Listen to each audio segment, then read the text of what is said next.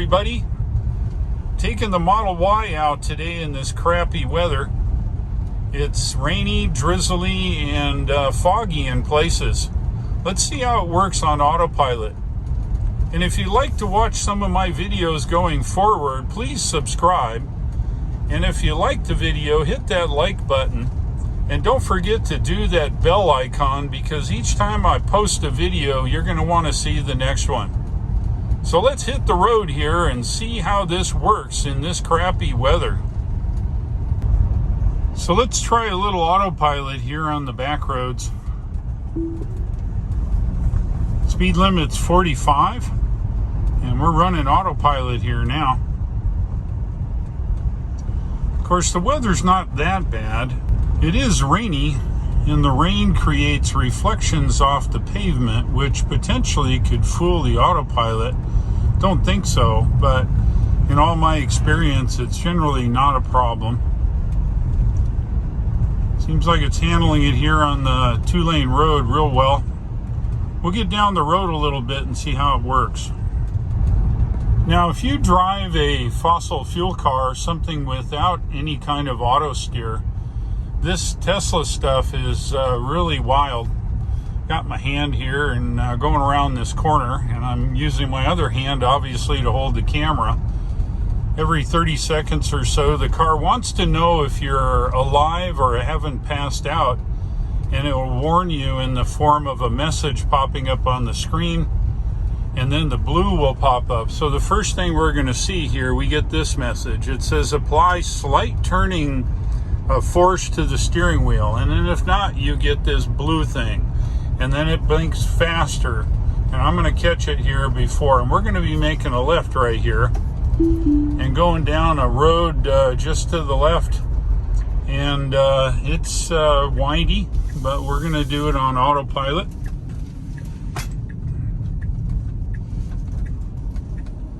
Alright, well, let's set up the autopilot. It's 40 here. Set the autopilot for 40. Hand here. Got a curve coming up. Oh no! There's my hand. Oh no! A curve! One thing you learn real well with the Tesla autopilot is it's very reliable. Yeah, it does have a potential of screwing up, but it's been tested a lot. And it holds up very well, even on these side roads. Where it really shines, of course, is on the highway. When you're driving down long stretches where you can pay attention to other things and let the car keep itself in the lane.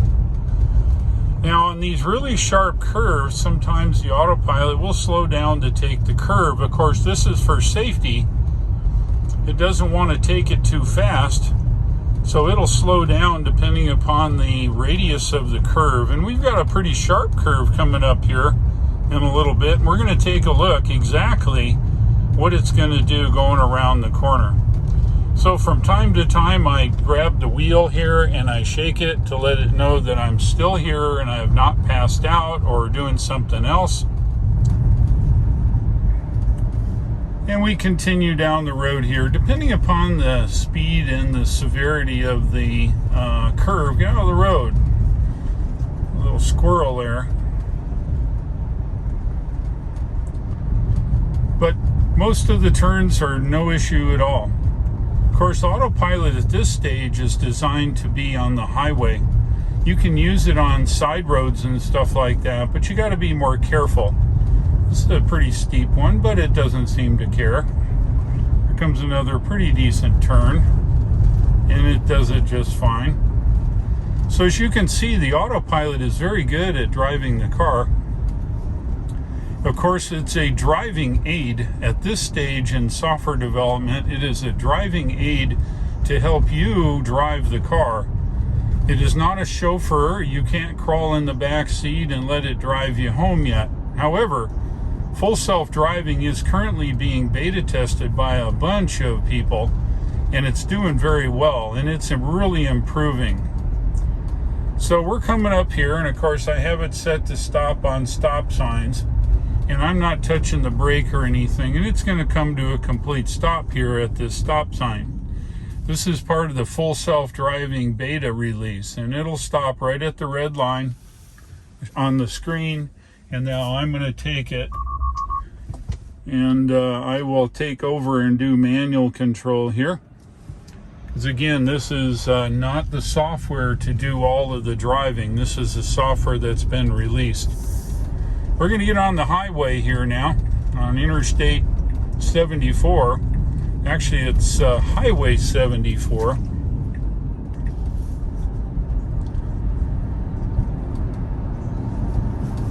Yeah, it's kind of nasty out here. We'll get up to speed here and move on over. All right, we got a guy on the side of the road here we'll get over for.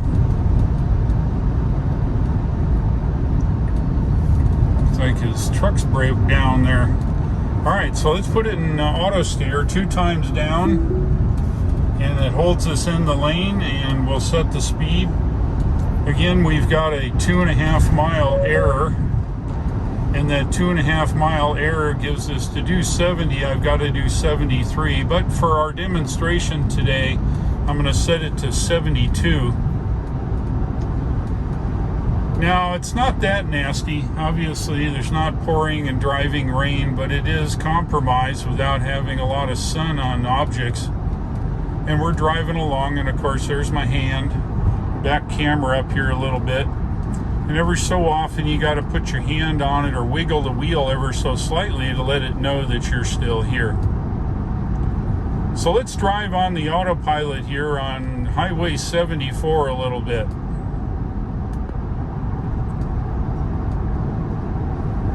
I'm going to go ahead and tweak on the wheel a little bit, let it know I'm still alive.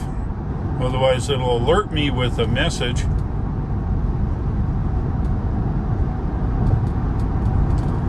Now, with autopilot comes a really cool feature. You have what's called following distance. So with this control, I push it left or right. If I push it right, there's 2 cars, 3 cars, 4 cars, and so on. I'm going to set it for 3 cars. And I want to show you what's going to happen when we get up here behind this little white car. He's going just slightly slower than we are. And auto steer will keep us in the lane all the way up till we get within 3 car lengths of this slower car. And you're going to see it's going to slow down and match its speed. He's not going a whole lot slower than we are, but that's okay. I'm going to bump it up to 73 here to prove my point. I'm going 73. He's probably doing 71 maybe. Of course, I don't think he's on cruise control because he's now sped up also. Wiggle the wheel, let it know I'm happy. And it's really best policy, just put your hand on the wheel. You don't turn it, you just hang it there. And the weight of your hand will tell the computer in the car that you're actually alive and well and are on the job in case this car has to be changed or stopped or something. Heavy drizzle now. Now, we've set our speed for 73. You notice it's set to 71. That's because our 3 car following distance here behind this white car has been obtained. So I have full self-driving here, which gives us the auto lane change, and I'm going to do that now. So that car is down to 70 there. So let's go ahead and change lanes. All I do is I take the turn signal and turn it to the left. It checks to see if the lane is clear, and if so, the car will change lanes by itself and then get back to its 73. And as you can see, our little white car there is not on cruise control. When I went to pass him, he sped up, but that's typical around here. People kind of want to drive with someone because they're not paying attention. Well, that's okay. We continue to be 73. We're 0.5 mile an hour over the speed limit, but I think we're close enough. Now, as we get a little closer to him, he's going to slow down as usual.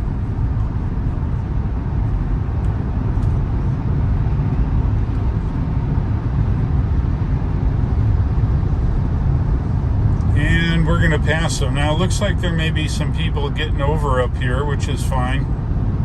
Once we get a few car lengths in front of the white car, providing he doesn't stick with us here, we're going to get over.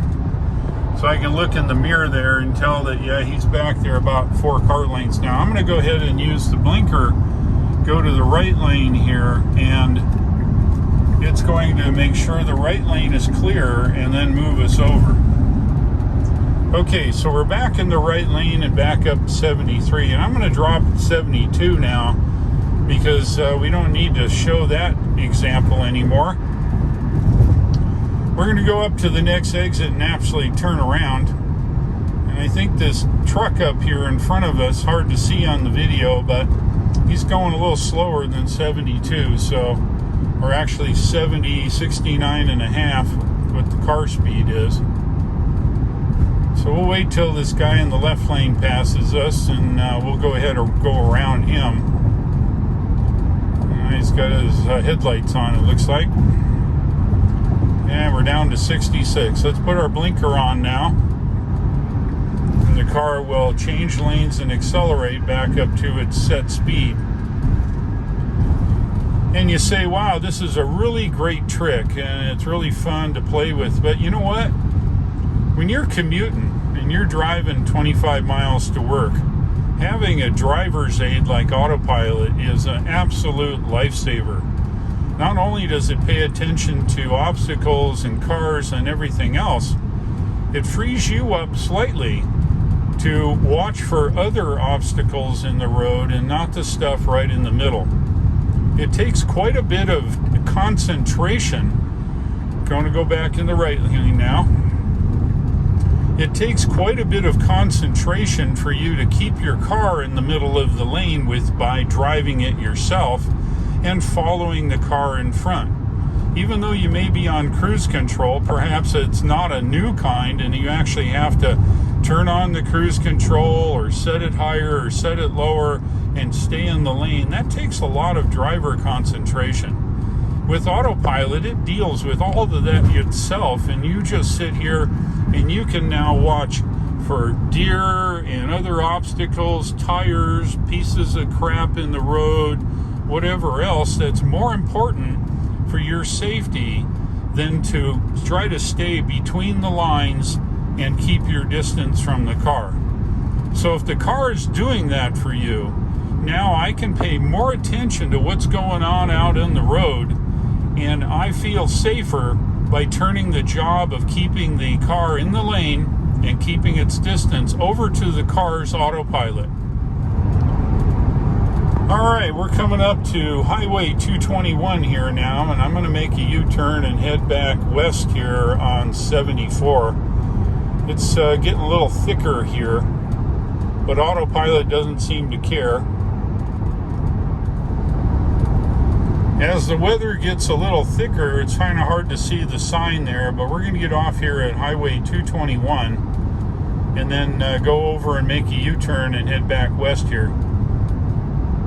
Autopilot's still in control. I put my hand on, I am not driving, the car is driving. Now, as we get close to the exit, since I haven't set up a destination, I'm going to go ahead and knock the Autopilot off by pushing straight up and then getting off here at 221. And of course, with one pedal driving, I'm not touching the brake. I just take my foot off the accelerator to slow down. And we'll come up to the stop here and then cross over. Looking pretty thick here.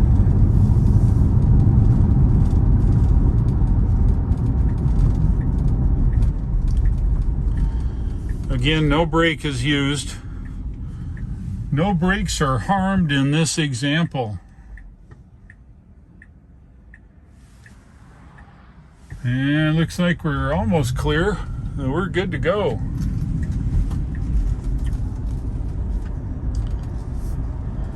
Okay, we'll get back on the interstate here.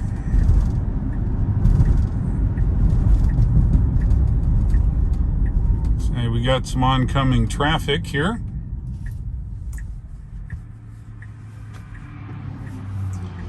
And it looks like we got a big truck getting on in front of us here. So we'll get up on the interstate and I'll see you in a second. All right, we're on the interstate. Truck must have a full load there with his 40-foot container. And we're gonna go back to autopilot now. 2 times down, click, click. We're back on autopilot. I'm gonna set it for 70, and I'm gonna get over here by turning the blinker on. And it's getting a little thicker, obviously, you can see on the windshield. On autopilot.